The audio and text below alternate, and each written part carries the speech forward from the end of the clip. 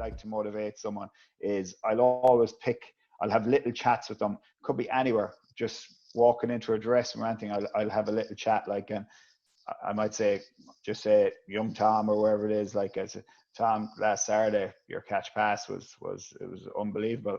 Yeah, it's as good as I've ever seen it. If you maybe work on your tackle and get it up to that standard, geez, you're going to be in a great place. Like, and I'd just give him the tap, and I'd walk away straight away. Like, you know, I'd let him think about it. So straight away he's kind of thinking, oh yeah, my catch pass is brilliant. Geez, now if I get my tackling up to that. So you're not telling him that his tackling is he needs to really work hard in it. You're giving him that little cherry himself that he's walking away with. God, if I can get that tackling up, I'm going to be in a really good place. So I think that's hugely important when it comes to motivating a player, and that can be adult or youth, at any level. Again, it's about, can you get them to motivate themselves, then pulling them aside, and you need to work on this, work on that, work on X, Y, and Z, and then they're kind of like, oh, they'll walk away and they'll be feeling a bit down on themselves. But make them feel that really. And I know we've often heard that shitty sandwich and stuff like that, but I just always like to give them that one good thing. And can you get that other aspect of your game up to that level? Outside that, when it comes to a dressing room anymore like that, I think all the work for motivation is done outside that, and that you're prepared the best you can, and you have a leadership group, and it's up to them to move the team on after that, especially in the dressing room. But one, I always love any opportunity you get to motivate a team in any way you can. And one I remember back with we played Ulster on the Saturday in the first game at Interpros last August, and we had a good win against them. And then Leinster played Munster that evening also, and Leinster bet Munster too. And so we're all sharing UL. The tournament is played down there over 12 days. And so we're all sharing the same facilities, accommodation. And every morning, both teams go in all the teams go in for breakfast in the morning at the UL facility. And when we walked in, as we all had a breakfast very early, 8 o'clock for the lads, would have been very early for the lads after a game the night before, because we need to get the recovery going as quick as possible. So as soon as the lads had their breakfast, we left the building, we walked out, and I pulled the guys aside straight away, and I said, lads, did you notice anything with the Leinster team? And they were like, geez, no, JP, no, what are you getting at? Do you not see them? They're all dead. Look at their body language. It's shocking. Look at you guys. You're full of energy. Straight away, lads, we're ahead of them. So again, the boys were kind of go, the chest kind of go out, like, you know, geez, we are, like, you know, and the boys walk away straight away thinking, right, we've one up on them now straight away. Now, to tell you the God honest truth, our guys were dead to the world, but at least it did actually give them a bit of a pep in their step. So I think any chance you get like that, like, again, walking by someone saying, geez, you're looking strong today, fair play, just head off then again, not have a big chat about it. So I think that's my way about going about motivation. It is definitely a bit more personal when it comes to the player individually, but definitely if you get an opportunity at all to motivate the team as a group, yeah, take it. Hope that's okay with everyone. So I'm just conscious of the time. I don't want to keep you here all night. So the big part of this about tonight is just actually showing you what we do on the training pitch and the reason we do it, okay?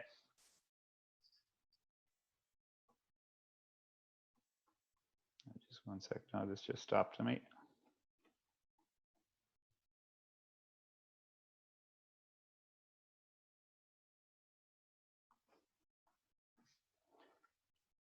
Eamon, is that showing up there now, the session plan? Yeah, session plan has just come on there. So we're just looking at a typical session plan, okay? So within that session plan, obviously your warm-ups, you'll have a bit of fun. A lot of games, or a lot of our training sessions will be game-based, okay? So you might have maybe in each session, you might have 2 or 3 different skills, but it'll be all put into games then, okay? Transition, we'd work a lot on transition. So transition would be how quickly you can transition from attack to defense, maybe a knock on, maybe a kick. Massive parts of the game now is kicking. So how quick can you react? You can transition from attack to defense. And we're going to have a really good another webinar at the end of the month on transition. Skills obviously, and then attack defense. When it comes to the games within training, it's really important. You have 2 coaches. and I'm sure you all have 2 coaches or more, we would always just put one coach would be just solely looking at the attack, and the other coach would be just looking at defense. So their mind won't be clouded. They'll pick up some really good points. So then when the time is to come back and give a bit of feedback, straight away, I might just say, for argument's sake, I take the defense side. I'll have a chat to the group on defense, and then it was Lyndon Jones who was coaching with me. Lyndon will have a word on the attack, and that goes the exact same when it comes to club coaching, and hopefully that you have actually set out. And every coach, a lot of clubs, I suppose you do see that you'll have a main coach, and he's probably doing everything, and then small little bits for the assistant coaches. But it's not the right way about it. It's really important to share the weight. The new job I'm going into in Ballina, I'm taking over as head coach of the senior team straight away. And defense is something I really like and I'm passionate about. But assistant coaches come in, but I've given him now the defense duties, so it leaves me. I can just look after attack myself. So my mind won't be clouded when I'm looking at a game within training, watching attack and defense. I can solely focus on my attack, and again give some really good feedback from that. Okay. So what I'm going to do just from that, again, our sessions, I said we've 60-minute long sessions. Within our sessions, I said there may be 3 skill hits, okay, and them hits would be normally worked in rotations. So again, half the players might go off and do catch pass, the other half might be doing decision making, okay. Within our games, we'd always try and keep the number small. So our Connacht squad would be about 30 players, and we'd always, within our games, we'd break them up into 2 15s, whatever we'd have on the day. If it was 24, we'd just have 2 6s, okay? If it was less, if it was 10, if it was 20 players you have, there's nothing wrong with getting 5v5, because they're going to get so many hits on so many touches on the ball. So what I'm going to do now is I'm just going to show you a clip of one of our training sessions and talk you through some of it. This was week 2 of the summer program last year. It's a nice simple catch pass. So Lyndon would have the group for catch pass.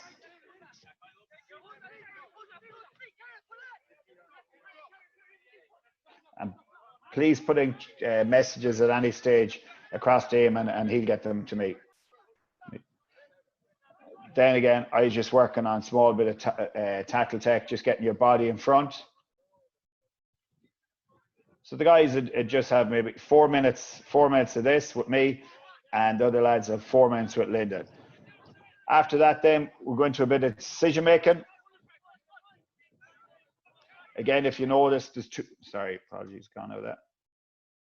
If you notice again, there's two groups. Sorry there. Reason she's gone on me.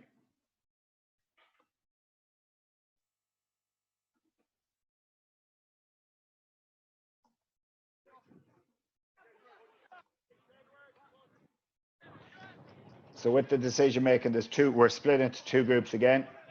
Again, we're going to share this presentation with you, and also the session plans. Everything that we do, we like high tempo. There's going to be loads of mistakes.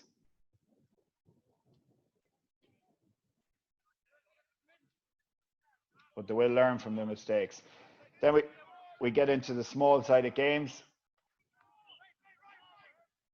Again, this is week 2.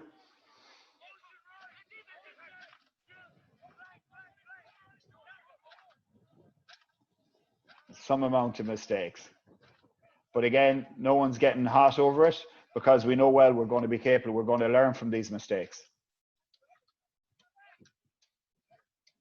Big problem in the early days, they were always too flat. They're in that comfort. It's nice and comfortable if you're nice and flat, not working hard enough to get a bit of depth within these games. So these games would always make up maybe 40% of our training sessions. That's Eddie Coyle there. He's a prop, but then seen him getting a nice sidestep in, but then he forgot to hold on to the ball. This is one of our favorite games. It's called the Joe Show. Again, we will give you loads. We have plenty of examples of this up in Huddle. And again, we will share these session plans. The Joe show, I love it because there's just a lot of chaos in it, and it's high tempo. But what you're doing is, so you have a team working in the middle who are defending. They might defend for maybe 7 or 8 hits, and then you have a team on either sideline attacking. But each time after a team attacks, to get their small bit of rest, but it's a great opportunity for them to sort out any problems there was in the previous one or something new they want to try in the next one.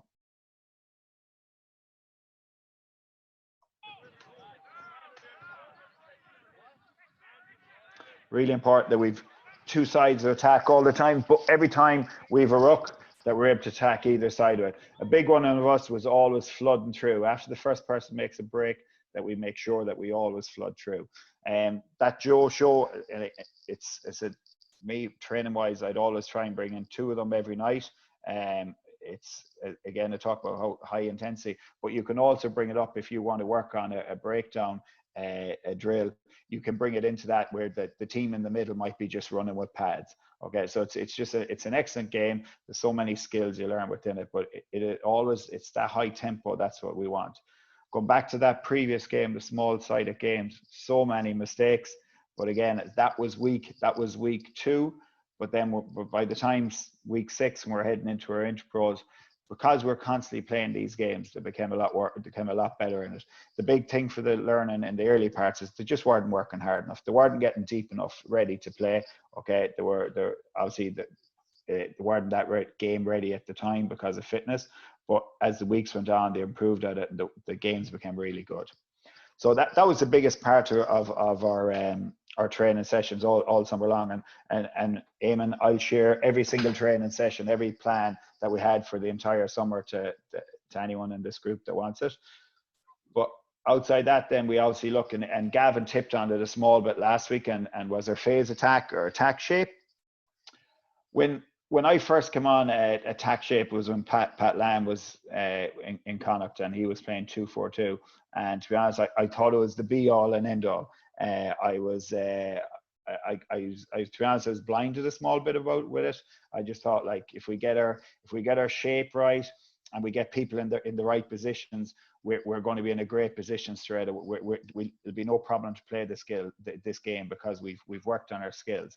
But I found out the hard way, and especially in the last year at the under-17s, the guys themselves, a big flaw of it, guys are waiting to get into that perfect shape. So if we can see from the picture before you, in the grays are your forwards, and then you've got the backs of the black behind. Okay, so you see your out on the edge, you got one forward on his own, you got your pod of 3 followed by another pod of 3 by another forward on the edge.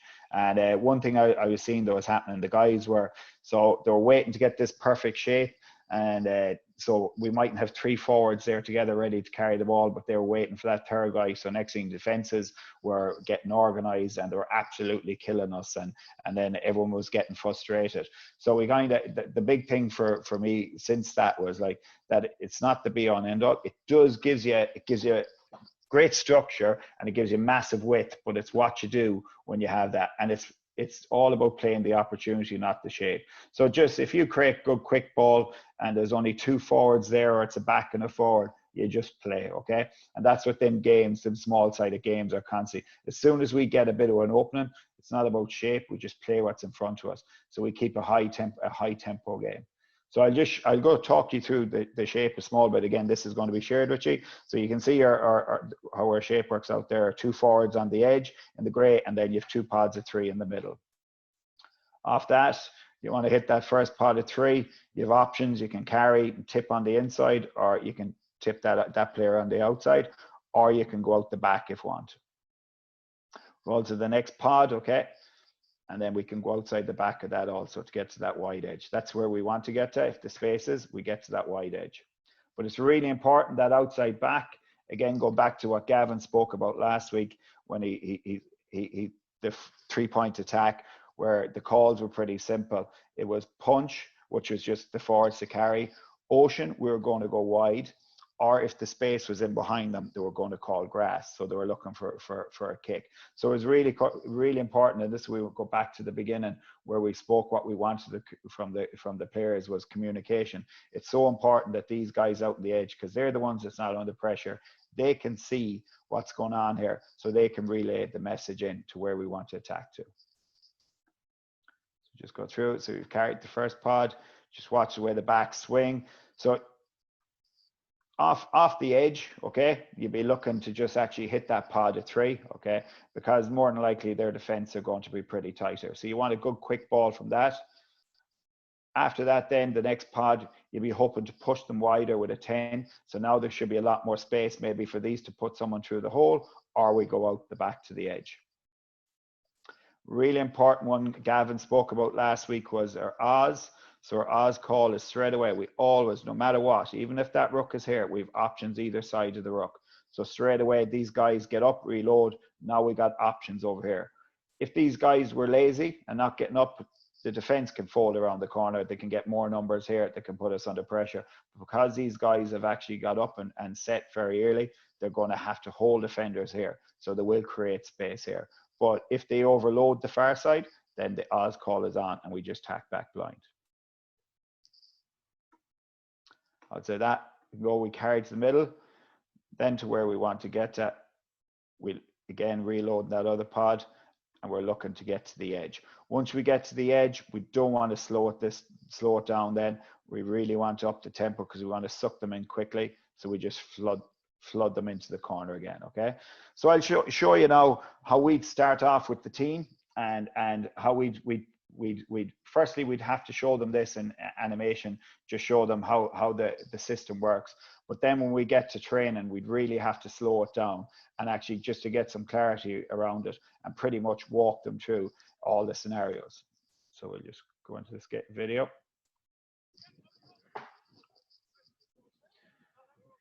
So what that first pod. So just on that, just to explain, you can see your forwards are in your blue bibs, backs in the green. This time, going to go out the back. I question their depth a bit. I think they're too flat.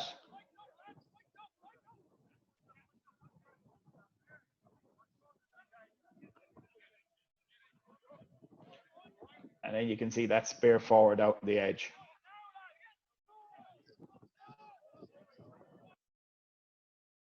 Okay.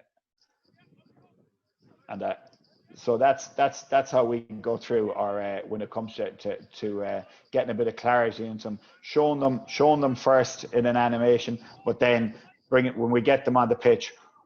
The different color bibs is a massive help, but it's just to walk through it and to get clarity on it. Okay. So then we'll be looking to bring that into our games, okay, build up the intensity a small bit. Again, I spoke about this is another training session, and there's a couple of things within this. Lightning quick ball is so important. LQB, we call it, so important when it comes to for attack shape to work. And it's not about getting a big arm wrestle, it's about getting really quick balls. So we would build that. I'll show you where we build that into this training session.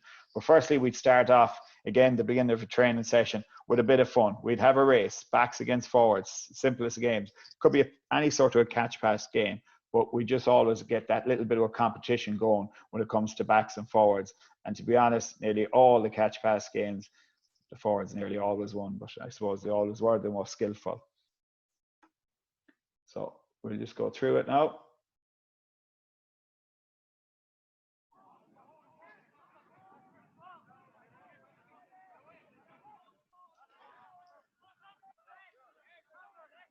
Back into our Joe show again. For this one, we'll be using 2 forwards to simulate the attack shape. Again, a lot of the times we didn't get what we want, so it was all about just playing. But every opportunity we got to play this game, we played it. Then they get to make some of the decisions. 2 forwards out, didn't use them at all, just played what's in front. It's a really good game for getting them to make, for the players to be making some really good decisions.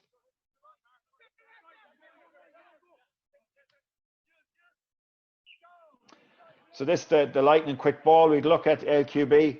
It's all about getting as quick as ball as we possibly can. So what we do, we bring it into a drill first for maybe 4 minutes. We get everyone working it. Try and tack that, and then we bring it into a game straight away and see, can we produce that lightning quick ball?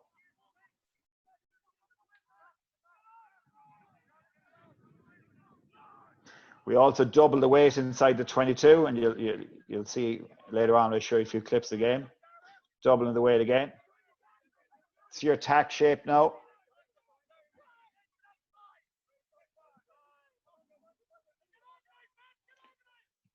Flooding through again was a big one, big support. So just on that, I hope you can see the picture I'm trying to paint.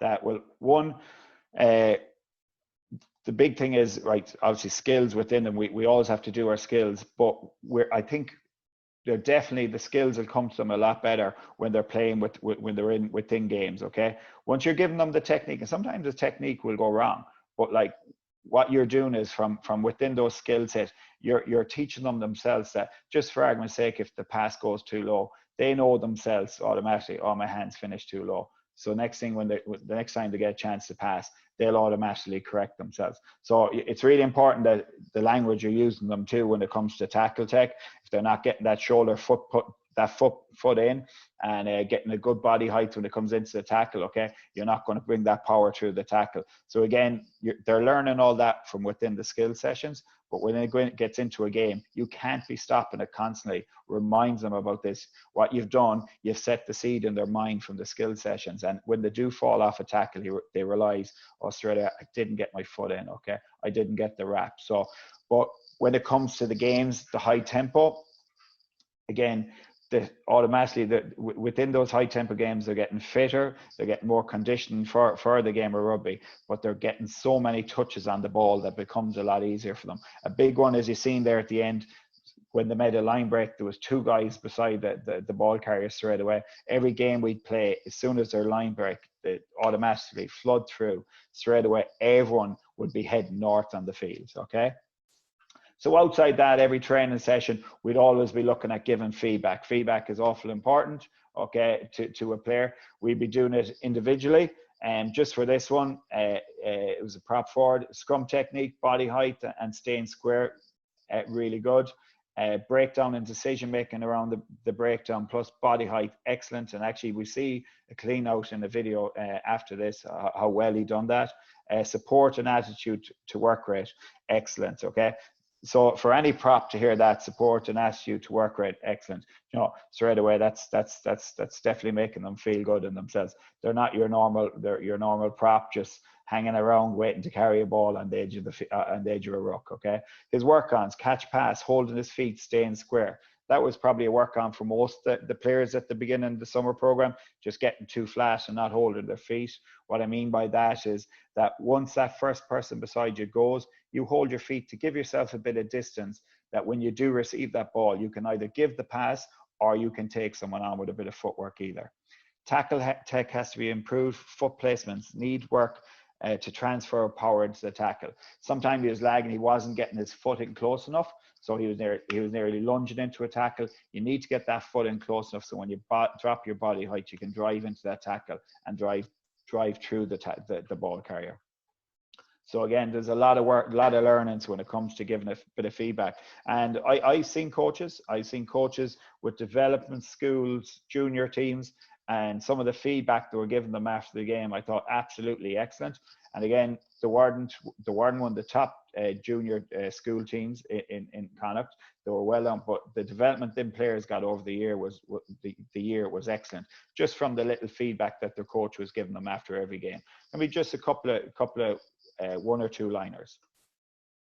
So outside that, a video review. So now we're going to get you to work again a small bit. We're going to put you out again, breaking into a room. Video review is hugely important. So what we're going to look at here is I'm going to play a video, but I want you to, if you can pick up on a couple of what you see is happening, anything that goes wrong, we'll stick with what we need to, that we can work on.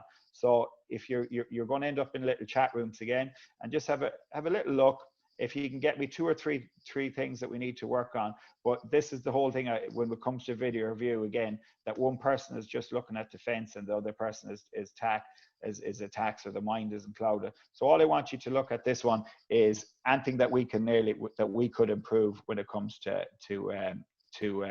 defense. So I'm going to show you the video first, and then Eamon's going to throw you into your chat rooms again.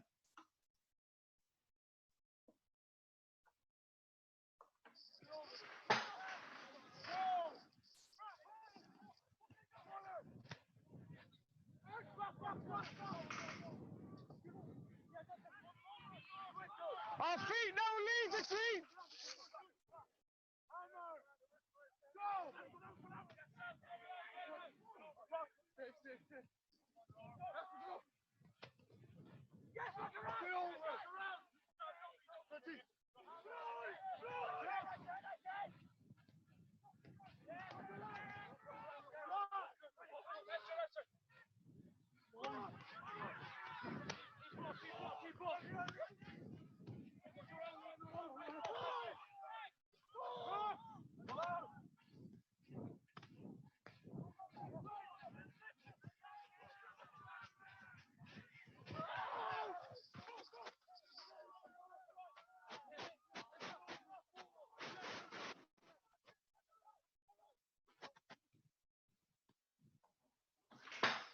Okay, Eamon, if you can break them out into a couple of chat rooms again.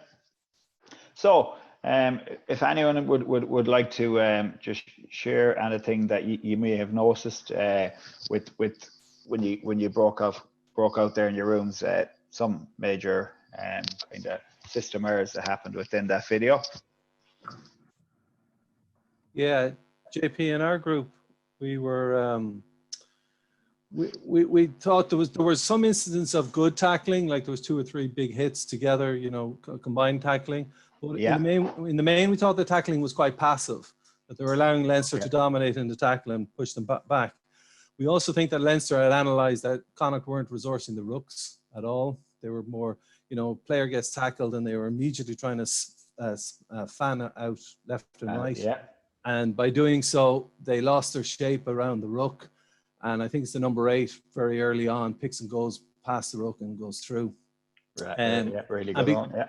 Because they're concentrating on width, they get caught. They flood the open side. So what happens then when Leinster come back the blind side? They're all too narrow. They're too narrow, and Leinster it's simple hands and one skip pass, and suddenly you have a 2-on-1.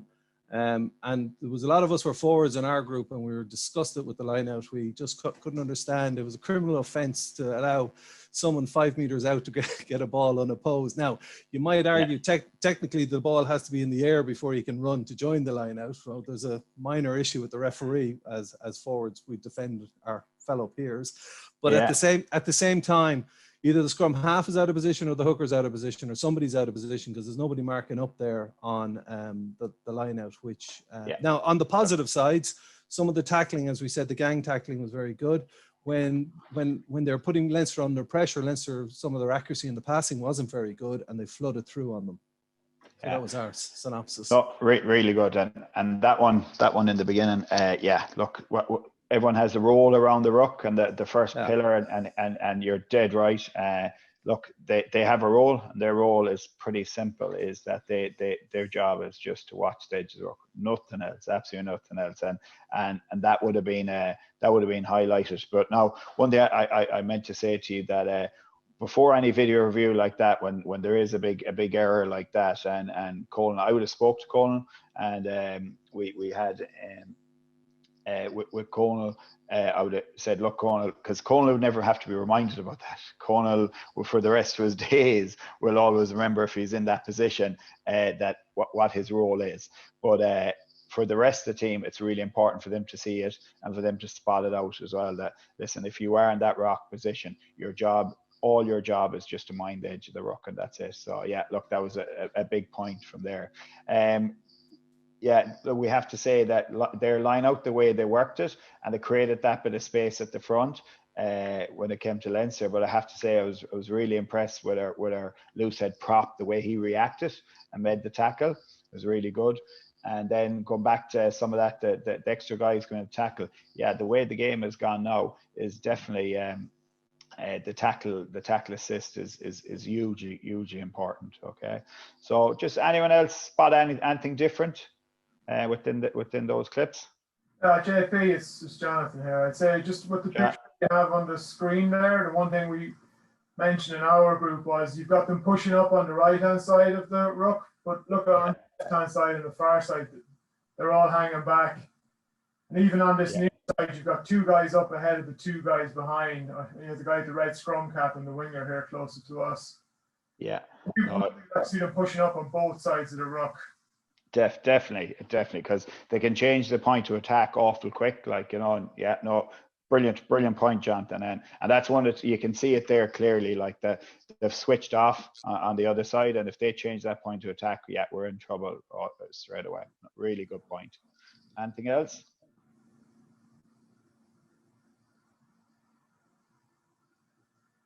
Anyone? Any other point? Okay, so listen, some really good points there, and go back to Owen there just quick.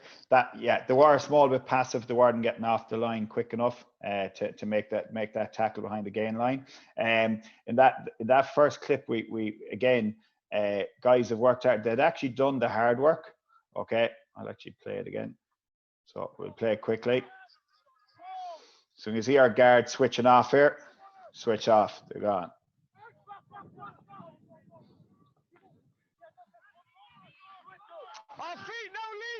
Plan move by them, well done. They get pretty good space and working hard.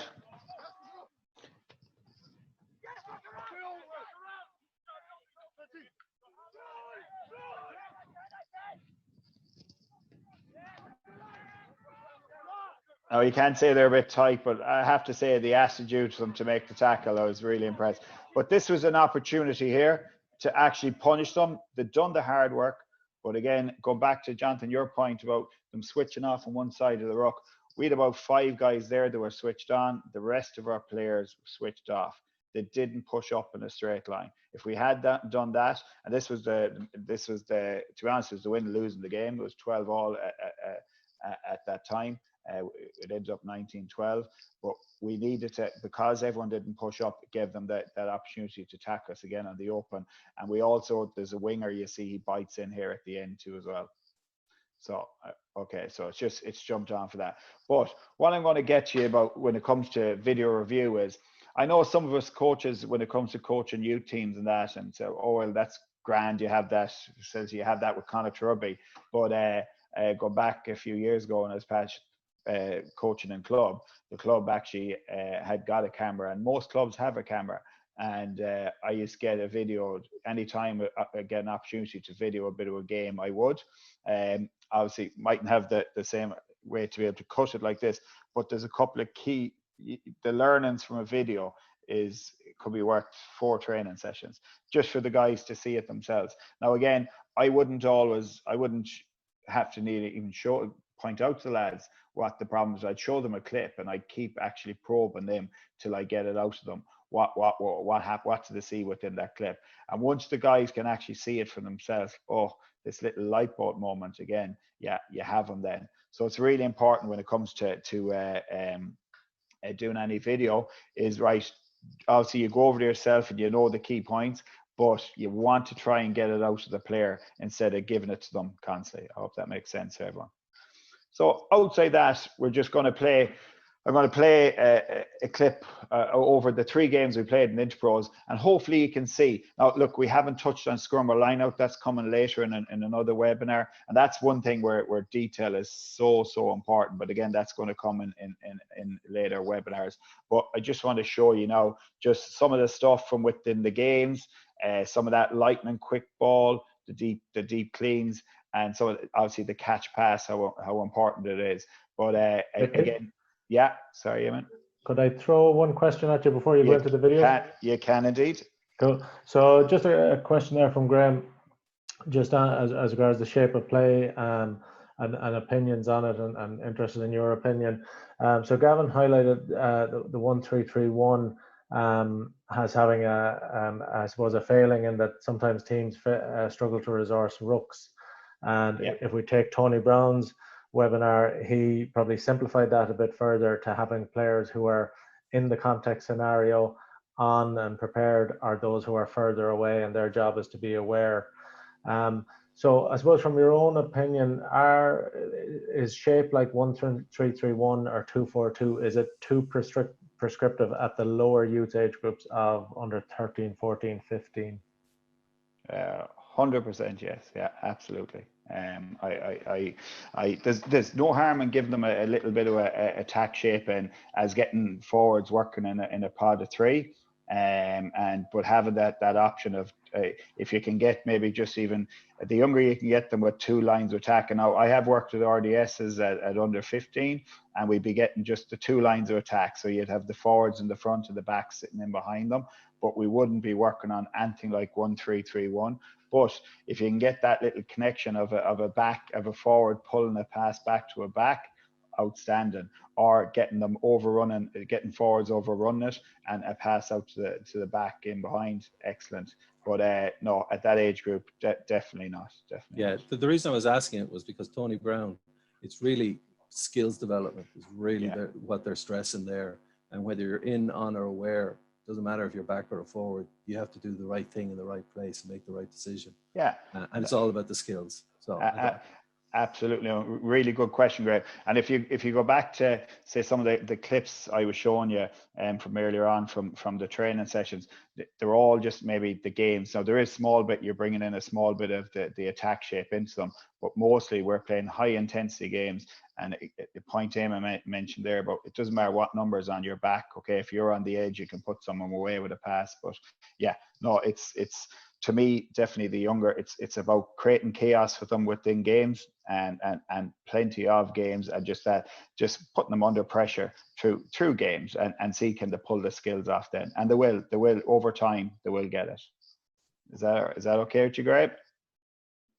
Yeah, fine with me. Yeah. Brilliant, thanks. Perfect, okay, thanks. Okay, so you'll see now, and I said hopefully this will paint a bit of picture. This when it came to the Interpros and the 3 games, and you might see some of the stuff that we done on the training pitch, and that it rolled into the games. Okay, sorry, go back.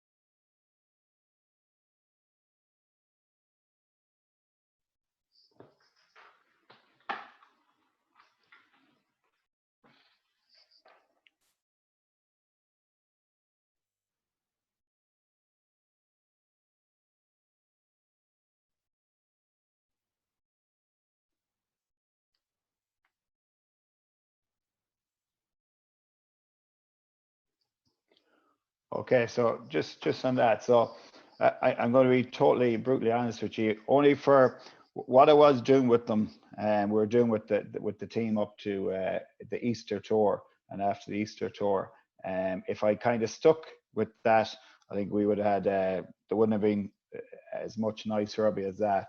But because we changed the whole summer to mostly game based and developing our skills under pressure and chaos within games, that's why they played some really good rugby down there, which was really pleasing. And as you can see, their shape wasn't a lot of signs of it, but what they were doing, because we were shaped, they were keeping an awful amount of width. So that was giving people opportunities, taking people on, and then you see the offload.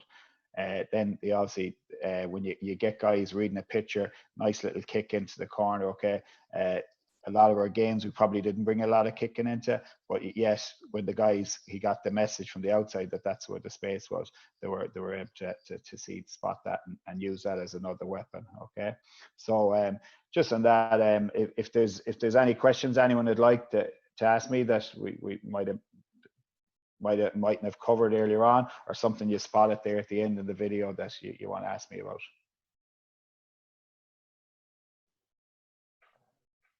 Feel free if you want to switch on mics, and we have a smaller group Yeah, here. So that's it. so.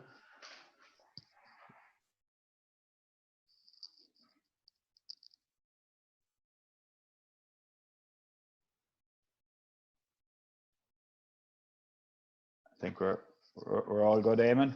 But listen, everyone, just look, I was delighted to share that with you. And as Eamon said earlier on in the presentation, that hopefully you get a couple of good nuggets. And look, if you only get 1 or 2 nuggets out of it, that'll be brilliant. It's something you can build on, and that's how I all the time. I've been on many a webinar and listened to a lot of people and in with a lot of different coaches, and I just step away with 1 or 2 things, and that's massive, like, you know. And a lot of them have stuck with me. A lot of stuff I haven't used, but I have definitely got a lot of good nuggets, and it's definitely helped me out. As definitely my coaching.